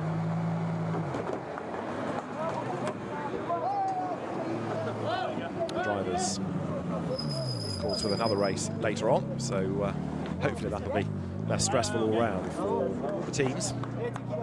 And their Pro-Am winners, Fabian Michel and Greg Gilbert out of the Santalok Audi. Greg Gilbert tends to specialise in winning GT4 or French Championship events. We don't see very much of him, sadly, in GT3 terms around the world. It's a shame because he's a very, very quick driver. He's rather underrated because he doesn't attract the attention on a bigger scale. And then for third place, Nikolai Moller-Madsen and Joel Sturm. Nikolai not looking all smiles, you've got to say. Right, let's hear from the winners then. We've heard from them already, but now as race winners, Constantin Lachenauer and Cesar Gazo will be delighted, Gemma. The celebration's still continuing down here, but Cesar, will come to you first. A fantastic race, full drama. Yeah, it was a crazy race. I really enjoyed that. The track is amazing. Thanks the whole team for the amazing job. Thanks, Coco, for your job. Congrats. And happy Father's Day. Dad, I love you, kiss. And Well done, congratulations. Constantine, you pushed very hard to the end. Amazing, I mean, it was really crazy. I mean, it's a lot of emotions, first thing. It's amazing result for Aston Martin, for the team, for Cesar, did an amazing job with the restart especially. I mean, just great race. I mean, there's no more words to say than this. It was just amazing. Congratulations. Félicitations. Merci. So congratulations to Constantine Lachenauer and to Cesar Gazo. Second, Fabien Michel and Greg Gilbert. Third, the Joel Sturm, Nikolai Moller-Madsen combination. So the drivers then celebrate and will swiftly head to the podium because the organisers need to keep the event on schedule. And there's another race to start, for which they need the pit lane because it's a 2-driver pit stop race.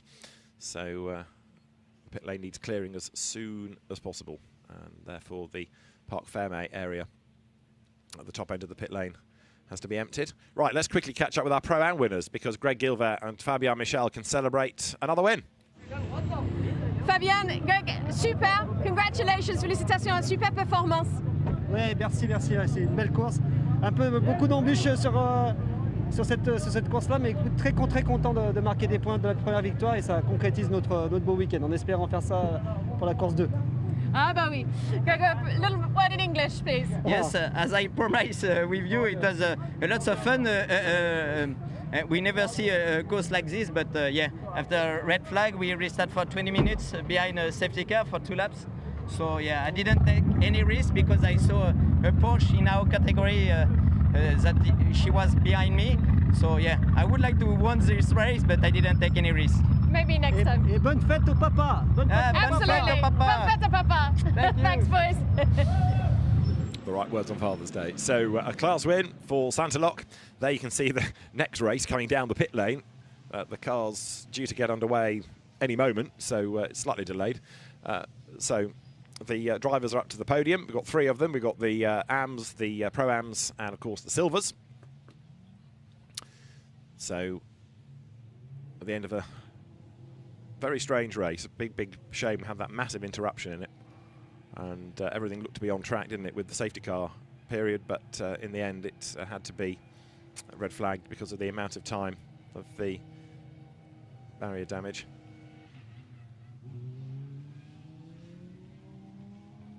So as the Lamborghini Super Trofeo cars arrive in the pit lane, drivers make their way up to the podium. And as soon as possible, we'll get the drivers up onto the podium. And of course, you need 3 crews, which is 6 drivers for 3 classes. So it takes a little bit of time, but there's the Silvers, the Pro-Ams, and the AMs that all have their trophies.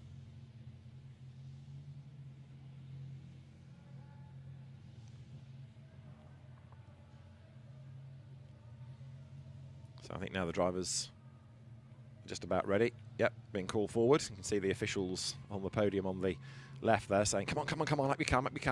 Right, have that trophy. Go around there, stand, smile. So that is the first of the podiums. The drivers from Silver looking into the distance come forward. Yes, Job Raponge and Timon Nabours. A good result for the Dutch crew. They're somewhat frustrated, Joel Sturm and Nikolai Moller-Madsen, taking second place, but for the top step, delighted Constantine Lachenauer and Cesar Gazo for AGS Events. The French team scores victory here in Holland.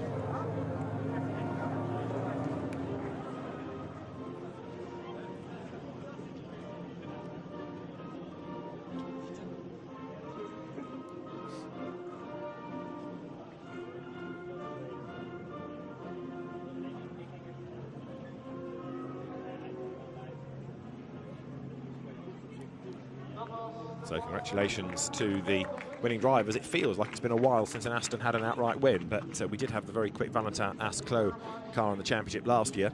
But a good silver result that for Constantine Lachenauer, the Swiss driver, and for Cesar Gazo. So félicitations to the Swiss-French team for the silver cup.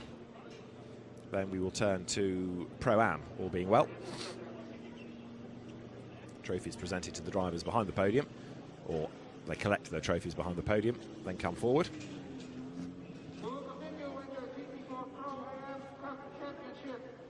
So the Pro-Am drivers call forward with, after the spin, Ivan Jacoma and Max Busnelli, who are frustrated, to say the least. It looked like it was going okay, but whether there was contact with Timothée Bure, the stewards are currently investigating. They're up for second place, the Mercedes crew.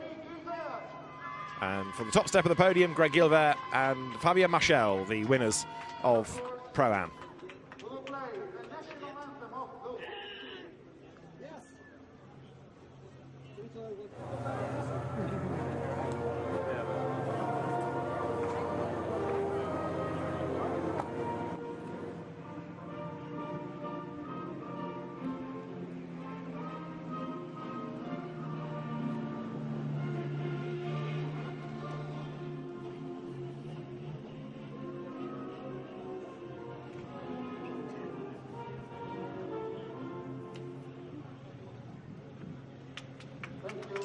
It's a very good French day thus far. Another French team coming out on top, as there the drivers make their way from the podium. Third place to Max Busnelli, Ivan Jacoma. Second, Luca Bosco and Olivier Hart. And the class winners, Fabien Marchal and Greg Gilbert. Then we turn our attention to the AMs, who are set to come forward, with third place going the way of number 7, Pascal Bachmann and Paul Thijskens from Street Art Racing. The Aston Martin drivers step forward. Then for second place, the Toyota of Wilfried Casalbon and Andrea Benezet from the CMR stable. And then the top step goes the way of Christophe Amon and Michael Blanchemin for the Audi squad. A very happy team step forward from Team Full Motorsport, another French team, taking honours here at Zandvoort. So the teams are there, and the national anthem now plays.